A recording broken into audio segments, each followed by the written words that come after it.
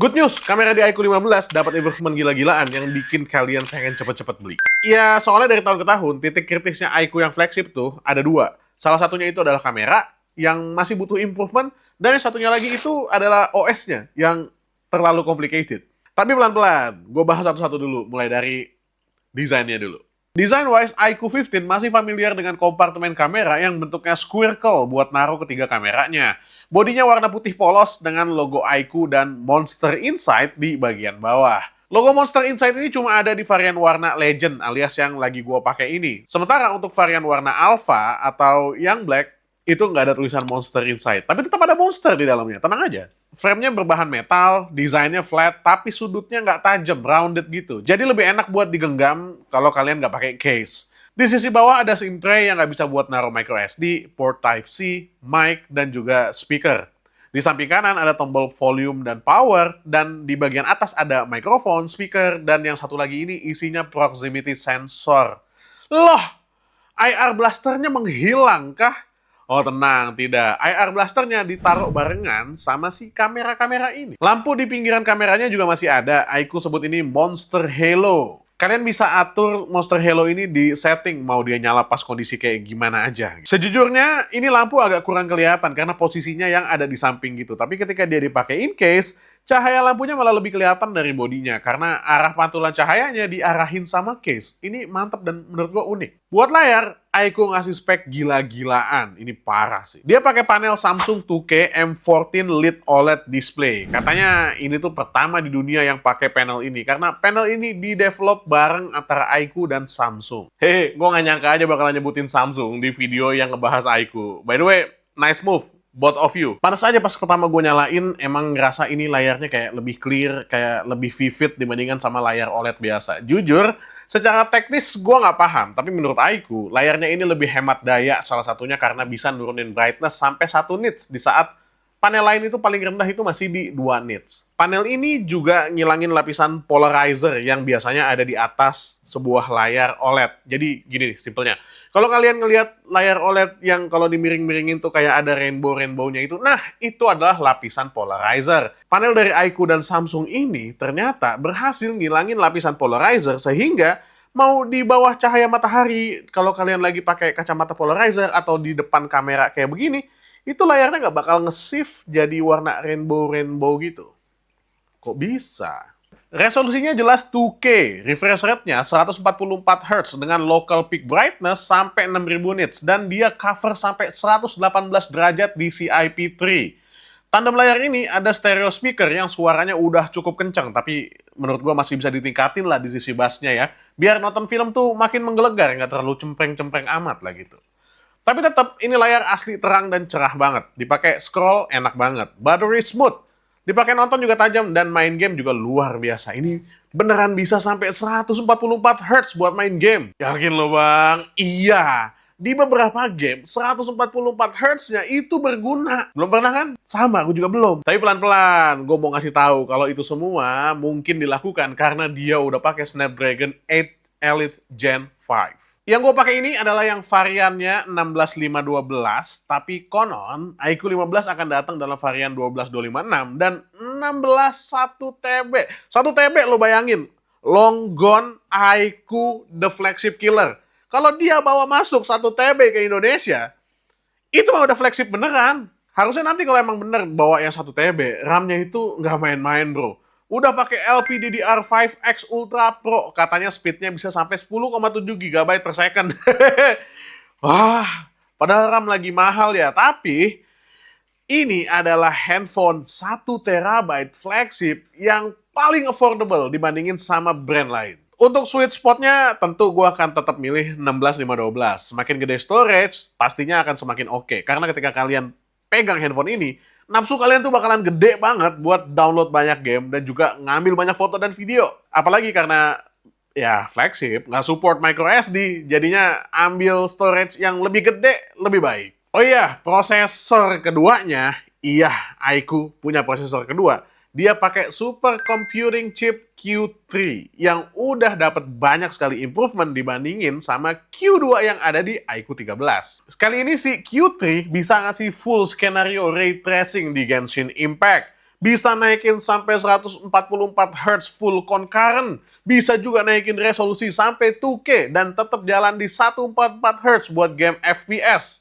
Gokil nggak tuh? Genshin Impact dulu deh. Pas gue mainin, belum nyentuh settingan chip Q3 nih, dia tuh bisa jalan di settingan tinggi dan dapat mentok di 60 FPS. Lumayan berat sebenarnya ya buat dijalanin native kan. Tapi kalau lo mau, chip Q3 bisa bantuin biar jadi lebih enteng. Kita bisa nyalain super resolution dan refresh rate buat naikin resolusi biar game jadi lebih tajam. Plus ngasih frame rate tambahan. Prinsipnya ini 11-12 kayak DLSS atau FSR di PC. Genshin Impact jadi bisa jalan di resolusi 2K 120 FPS. Gila loh. Ray tracing juga bisa jalan di Genshin Impact. Kalau ray tracing nyala, lighting dan shadows ditampilin dengan lebih sempurna. Ini side by side kalau ray tracing nyala dan mati. Bayangan di rumput jadi lebih kelihatan jelas, tapi rumputnya terasa jadi lebih soft. Untuk bayangan di bawah ini juga case-nya mirip. Lebih jelas, tapi di saat yang sama juga gambarnya jadi lebih soft. Kalau lo lebih pilih yang mana? Kalau gua akan lebih pilih yang naikin resolusi dan juga refresh rate. Kenapa? Karena ternyata ray tracing dan super resolution dan refresh rate itu tidak bisa jalan berbarengan. Jadi kalian cuma bisa pilih salah satu aja. Ya dua-duanya seru sih. Yang satu gambarnya jadi bagus banget, yang satu gameplaynya jadi mulus banget gitu. Ya terserah lah yang mana aja. Gue baru tahu kalau MLBB bisa setting ultra 144 FPS ya di iQOO 15 ini. Semuanya jalan lancar pas gue main. Agak sedikit fluktuatif password tapi masih ada di atas 120 FPS. Tapi jujur ya, gue pribadi nggak bisa ngebedain kalau antara 120 sama 144. Kayaknya keduanya tuh sama aja. Jadi yang mau naik turun di antara 120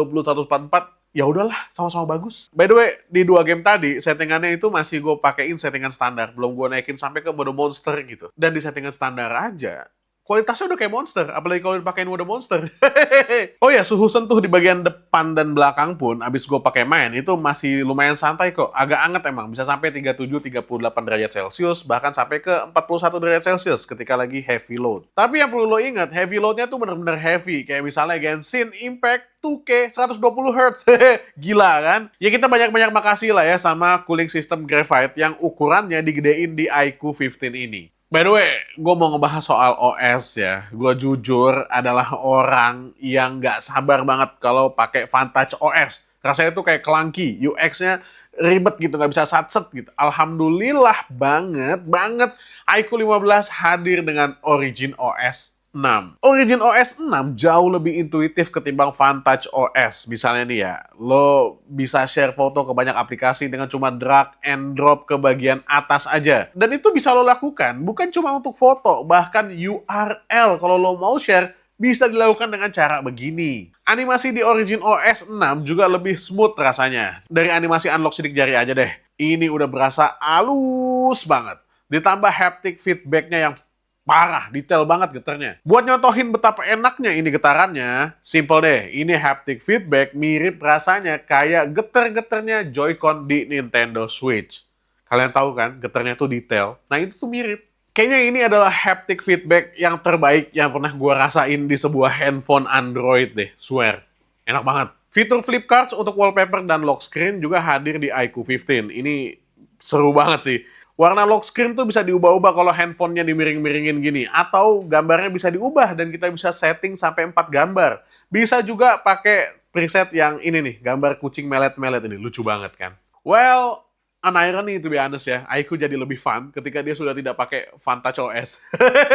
Nah, kabarnya iQOO 15 bakal dapat 5 kali major update Android dan 7 tahun security update.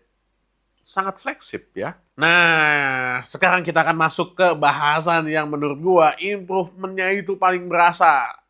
Kamera! Ini setupnya pakai kamera utama 50 megapiksel, kamera ultrawide 50 megapiksel, dan kamera periskop 50 megapiksel. Buat kamera depannya dia pakai 32 megapiksel. Hasil fotonya di daylight ini bagus. Gue bingung gimana ya komplainnya, kayak nggak ada gitu. Detail foto yang diambil sama semua kameranya, ini rasanya crispy sekali pak. Detail-detail kecil pun bisa diambil dengan sangat baik. Reproduksi warnanya juga indah banget lah, akurat di ketiga lensa kamera belakang. Skin tone-nya juga cukup akurat. Cukup aja, karena menurut gue untuk kulit gue, istri, dan anak dia agak nge-shift ke merah. Tapi dikit aja, dikit banget. Shadow juga masih well preserved, nggak terlalu agresif sampai ngilangin detail gitu, nggak. Highlight bisa ditangkap dengan baik meskipun menurut gua masih bisa ditingkatin lagi. Ultrawide pun sama bagusnya. Ya, detailnya agak sedikit di bawah kamera utama, tapi tipis banget lah. By the way, ini hampir semuanya gue pakai style yang vivid ya, karena di mata gue ini style yang ngasih warna paling akurat. Selain vivid, gue juga suka sama style black and white-nya. Bisa ngasih vibe estetik gitu, ngangkat banget lah estetiknya. Foto portraitnya juga rapih, bokehnya halus, separasinya bagus banget. Di iQOO 15 ini gue suka banget ngambil foto portrait pakai lensa telefoto. Bahkan gue zoom sampai 10 kali kayak begini. Kamera telefotonya sebenarnya cuma bisa nge-zoom optical sampai 3 kali aja. Tapi hasil 10 kali zoomnya masih tajam banget. Jadi why not? Paling kalau pakai lensa telefoto, apalagi lo zoom sampai 10 kali ke atas, akan butuh 1 detik untuk processing gambar setelah diambil. Tapi proses ini jalannya tuh di latar belakang, jadi aman aja kalau kalian mau ambil banyak foto sekaligus. Oh iya, satu lagi soal telefoto. Lensa ini nggak bisa ngambil fokus jarak deket. Jadi kalau jarak objeknya di bawah 1 meter, dia bakalan pakai lensa utamanya buat ambil gambar. Jadi kalau lo mau ambil foto makro misalnya, dia nggak pakai lensa tele, tapi pakai kamera utama. Untuk kamera selfie, hasilnya udah berasa flagship banget. Cukup detail dan cukup tajam, tapi dynamic range masih bisa ditingkatin lagi menurut gua. iQOO bisa nih bikin improvement di seri selanjutnya dengan pakai sensor yang lebih besar misalnya. Cuma nanti bolongan di depan itu jadi lebih gede juga. Ini perekaman video iQOO 15 di kamera utamanya. Wah, hasilnya kayak begini guys. Kamera utamanya ini bisa sampai resolusi 8K 30 fps. Tapi ini gue rekam di 4K 30 fps. Dan kita bisa pindah-pindah lensa. Jadi ultrawide dan jadi telefoto kayak gini. Ada ayam guys. Ini sampel video untuk iQOO 15 pakai kamera depan di resolusi 4K 30 fps. Lumayan oke ya. Tapi ini mendung sih, jadi kalau mau dibilang kontrol dynamic range-nya itu bagus atau enggak, di kondisi mendung bagus, tapi kalau di kondisi yang terik cahaya matahari banget, masih perlu diuji sih. Untuk stabilisasinya jelas stabil, parah sih ini stabil. Such an improvement dibandingin sama iQOO 13 tahun lalu. Bisa banget dipakai buat nge-vlog lagi. Lo lihat sendiri kan gimana hasil kameranya iQOO 15 ini benar-benar improve dibandingin sama iQOO 13. Iya, emang masih ada kurang-kurangnya, tapi kalau iQOO mau bilang ini real flagship, udah bisa banget. Oh iya, baterai belum. iQOO 15 pakai baterai 7000 mAh dan udah ada charger flash charge 100 watt juga di dalam boxnya. Dengan baterai segede gitu, charging cuma butuh waktu 50-an menit. Tapi itu kalau pakai speed yang cepat. Ada juga pilihan untuk pakai speed yang standar aja. Dan kalian bisa setting di pengaturan di sini. Kalau kalian takut, aduh nanti bateraiku cepet panas.